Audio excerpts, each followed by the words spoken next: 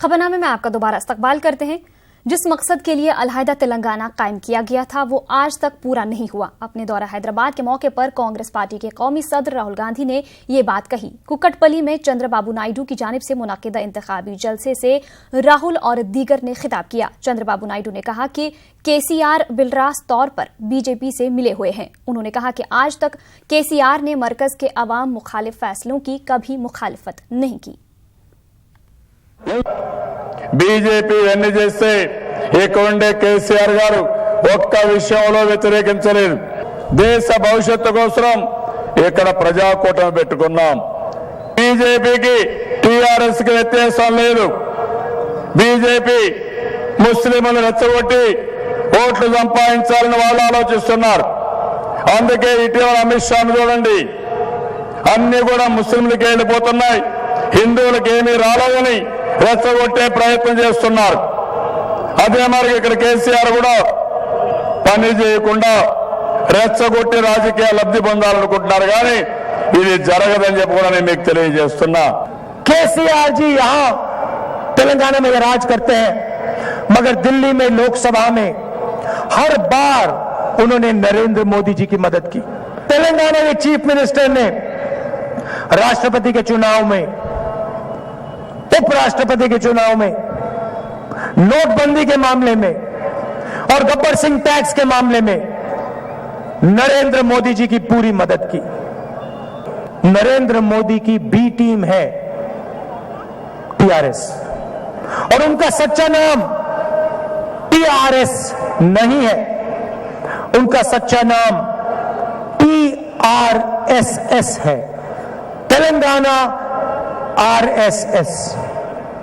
और उनका एक ही लक्ष्य है कि हिंदुस्तान में नरेंद्र मोदी प्रधानमंत्री बना रहे और तेलंगाना में केसीआर जी, जिनका नया नाम खाओ कमीशन राव है। एमआईएम लीडर अकबरुद्दीन ओवैसी ने चंद्रनारायण गुट्टा हल्के असेंबली के इलाका बारकस सलाला का दौरा किया। बारकस में इंतखाबी जलसे से अकबरुद्दीन ओवैसी ने खिताब करते हुए कांग्रेस और बीजेपी पर सख्त तनकीद की। अकबर ने कहा कि हम मिल्लत के सौदागर नहीं हैं। टीआरएस और मजलिस का इत्तेहाद मुसलमानों और दलितों के लिए फायदेमंद होगा। आज हमसे पूछते हैं हमने क्या किया। राहुल गांधी हमसे पूछने के बजाय अपने दादी के समाधि पर जाके दादी से पूछ ले कि मजलिस ने ऐसा क्या किया था कि दादी अम्मी आप दारुसलाम को आई दी गई थी। तो फिर एक मर्तबा कांग्रेस आ गई तो उसके बाद तो बीजेपी आएगी ना। इस वास्ते हम तीसरी कुव्वत को बाकी रखें। समझे? अगर इन्हें अदब फायदे में नहीं रहा तो उसको, उन्हें अदब फायदे में नहीं रहा तो इसको, समझे? इसको जिंदा रखो, पकड़ के रखो। मैं भी मानता हूं कि लोग कह रहे हैं मजलिस टीआरएस का साथ दे रही। हां दे रहे हैं, बराबर दे रहे हैं। क्यों दे रहे हैं? एक हिकमत है, सियासत है। अरे आप नहीं समझेंगे। अगर हम आज इसको छोड़ देंगे तो इन्हें किसके गोद में बैठ जाएगा? बैठेगा नहीं। अरे हमारी कोशिश है पकड़ के रखे हो।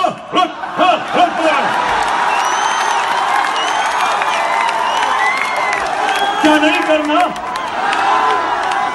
अरे आप समझो बात को, समझो। अगर छोड़ देंगे तो बैठ जाएगा। दिल्ली में शेल्टर होम से 9 लड़कियां गायब हैं। दिल्ली खवातीन कमीशन की सदर स्वाति मालीवाल ने दिल्ली के एलजी से इस केस की जांच क्राइम ब्रांच के हवाले करने का मुतालबा किया है। उन्होंने इस मामले में न्यूज 18 से खास गुफ्तगू की। शेल्टर होम एक बार फिर से चर्चा में है और इस बार मामला है दिल्ली का। हमारे साथ बात करने के लिए मौजूद है दिल्ली महिला आयोग की अध्यक्ष स्वाति मालीवाल। स्वाति जी, जिस तरीके से संस्कार आश्रम से 9 लड़कियों के गायब होने की खबर सामने आ रही है, आप अंदर गई हैं, क्या कुछ अंदर जाकर आपको पता चला? जी, सबसे पहले तो बहुत ही घुटन है, सबसे पहले तो बहुत ज़्यादा घुटन है शेल्टर होम के अंदर। हम लोग वहाँ पे खुद रहे हैं, वो घुटन महसूस करी है हमने, और बहुत असंवेदनशील एक माहौल है। स्टाफ जैसे बच्चों से बात करता है, जिस तरीके से वो वहाँ पे पूरा एक माहौल बहुत ख़राब है। बच्चों को खाना ठीक से नहीं दिया जाता, कपड़े ठीक से नहीं दिए जाते, डॉक्टर ठीक से नहीं आते, और काफ़ी बार ऐसा होता है कि लड़कियाँ बस पड़ी हैं। तो बहुत ही ख़राब माहौल है जिसे ठीक करने की ज़रूरत है। पर साथ ही प्रश्न ये उठता है कि ये जो 9 लड़कियाँ गायब हुई हैं, ये सारी की सारी लड़कियाँ वो हैं जो जीबी रोड से रेस्क्यू करके यहाँ लाई गई थी। इनमें से बहुत सारी लड़कियां ऐसी हैं जो दिल्ली महिला आयोग ने भी रेस्क्यू करी हैं। तो असंवेदनशील माहौल है, ये मैं बिल्कुल मानती हूँ, जिसे ठीक करा जाना चाहिए। पर मेरा प्रश्न ये है कि सिर्फ जीबी रोड से लाई हुई महिलाएं कैसे गायब हो गई? हो ना हो, मानव तस्कर के गिरोह चल रहे हैं जिन्होंने इन लड़कियों को यहाँ से गायब करा है। मैं एलजी साहब से अपील करती हूँ, और बार बार अपील कर चुकी हूँ कि जीबी रोड को बंद क्यों नहीं कर देते।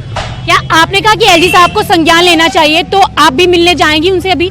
जी बिल्कुल, समय भी मांगूंगी, लेटर भी लिखूंगी। जीबी रोड अब बंद होना चाहिए, बहुत हो गया। हमारा यही काम रह गया है। दिल्ली महिला आयोग जान पे खेलकर, कितनी बार जान पे खेलकर मैं लड़कियों को बाहर निकाल कर लेकर आई हूँ। मैं जब जीबी रोड जाती हूँ, मुझे नहीं पता मैं जिंदा बचूंगी या नहीं, मैं वापस आऊंगी या नहीं। हम ये करते रहे, और 200 मीटर पे पुलिस थाना है, वो वहाँ बैठ के दलाली करेगा लड़कियों की। अब ये लड़कियां अगर वापस जीबी रोड पहुंच गई हैं, तो ये सिस्टम की गलती नहीं है, पूरा का पूरा सिस्टम दलाली नहीं कर रहा लड़कियों की। तो मुझे लगता है कि जीबी रोड बंद होना चाहिए, और मैं इसके लिए हर पुरजोर तरीका अपनाऊंगी। तो आपने देखा, ये थी हमारे साथ बात करने के लिए दिल्ली महिला आयोग की अध्यक्ष स्वाति मालीवाल, जो कि संस्कार आश्रम का निरीक्षण करने पहुंची थी। और उनका कहना है कि जो अंदर के हालात है बेहद असंवेदनशील है। इसको लेकर उन्होंने मांग की है कि दिल्ली के उपराज्यपाल इस पूरे मामले पर संज्ञान ले और पूरे मामले की जांच सीबीआई से कराई जाए। कैमरा पर्सन मुनमुन के साथ मैं रचना, न्यूज़ 18 दिल्ली। जम्मू कश्मीर में पंचायत इंतखाबात के 7वें मरहले के तहत आज वोट डाले जा रहे हैं। 2714 पोलिंग स्टेशनों में वोट डाले जा रहे हैं। 576 पोलिंग स्टेशन कश्मीर डिवीजन में वाक़ हैं। वहीं जम्मू डिवीजन में 2138 पोलिंग स्टेशन कायम है। दोपहर 2 बजे तक लोग हक़ राय दही का इस्तेमाल कर पाएंगे। जिला रामबन में भी 7वें मरहले के तहत वोटिंग जारी है। रामबन जिला के ब्लॉक रामबन में कुल 25,885 वोटर्स रजिस्टर हैं। यहां सुबह से ही लोग पोलिंग बूथों की तरफ गामजन हैं। लोग अपने हक़ राय दही का इस्तेमाल करने के लिए काफी पुरजोश हैं। पोलिंग के मद्देनजर सिक्योरिटी के सख्त इंतजाम किए गए हैं। मैंने वोट दिया है यहाँ पे, काफ़ी अच्छा लगा। यहाँ पे काफ़ी उम्मीदवार खड़े हुए हैं, काफ़ी अच्छे, और मैं यही चाहता हूँ कि जो भी आए एक अच्छा आए और अपने एरिया के लिए काम करवाए। तो यही मेरी विनती है कि जिसको भी वोट डालें एक अच्छा समझ के डालें, कि जो काम करवाए, हमारे जो काम करवाए उसी को वोट डालें। इस वक्त एडीजी की प्रेस कॉन्फ्रेंस जारी है, आपको सीधे लिए चलते हैं।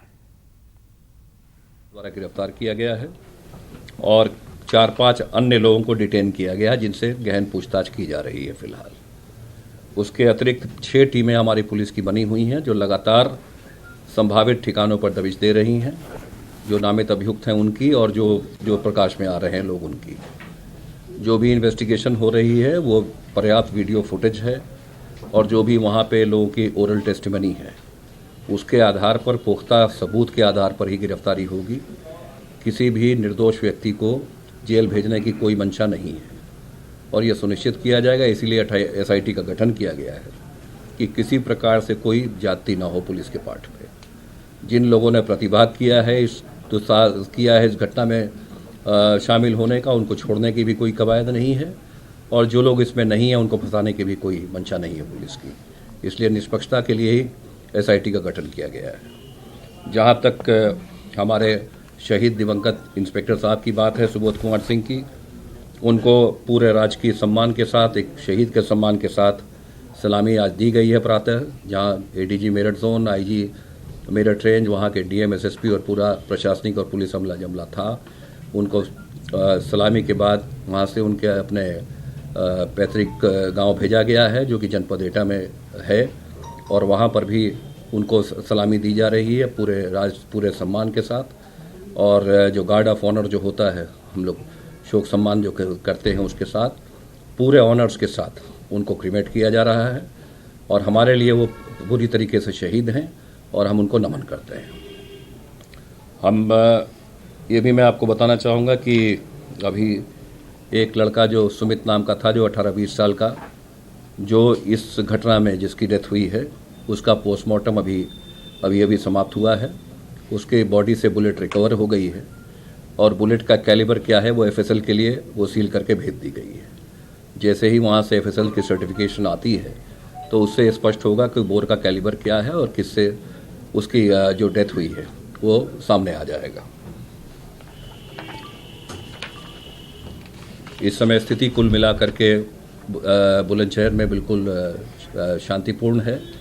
आप अवगत हैं कि जो इज्तिमा का कार्यक्रम हुआ था, जो कोतवाली देहात क्षेत्र में था, वहाँ पर मात्र 15 से 20 हज़ार लोग बचे हैं, जबकि आयोजन में कुल संख्या 15 लाख से अधिक लोगों के प्रतिभाग करने की थी और पूरी रात भर का डिस्पर्सल किया गया है। किसी प्रकार का कोई सांप्रदायिक तनाव या अन्य कोई तनाव व्याप्त नहीं है। पूरी पुलिस की और प्रशासन की गहन मुस्तैदी है।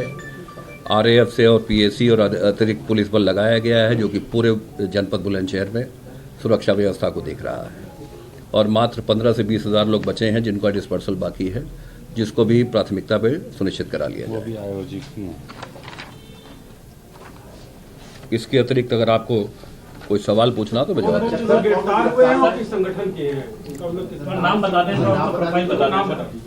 मैं नामित अभियुक्तों का नाम बताऊंगा। किसी भी संगठन के इसमें प्रतिभाग करने की सूचना नहीं है और ये संगठन का नाम लेना कदापि उचित नहीं है। नाम बताइए, कौन कौन अरेस्ट हुए हैं? जो पकड़े गए हैं उनका नाम है, एक का नाम चमन पुत्र देवेंद्र है, एक देवेंद्र पुत्र रामबल है, जो दोनों नयाबास के रहने वाले हैं और नामित भी हैं। आशीष चौहान है, पुत्र महेश चौहान, और एक सतीश पुत्र ओमवीर है, जो सयाना के रहने वाले हैं। ये 27 लोग, जैसे मैंने आपको कहा, जिनको वहाँ के पुलिसकर्मियों और अधिकारियों ने पहचान के आधार पर उनको नामित किया था और ये वो लोग हैं जो भीड़ में आगे थे। इनके अलावा 50-60 लोग और थे जो उपद्रवी तत्व थे, जो अनआइडेंटिफाइड है, लेकिन वीडियो फुटेज के आधार पर उनको भी आइडेंटिफाई किया जाए। तो नाजरीन, एडीजी यूपी बात कर रहे थे तशद्दुद मामले के हवाले से बुलंदशहर के। इसी के साथ फिलहाल इस बुलेटिन में इतना ही। आदाब।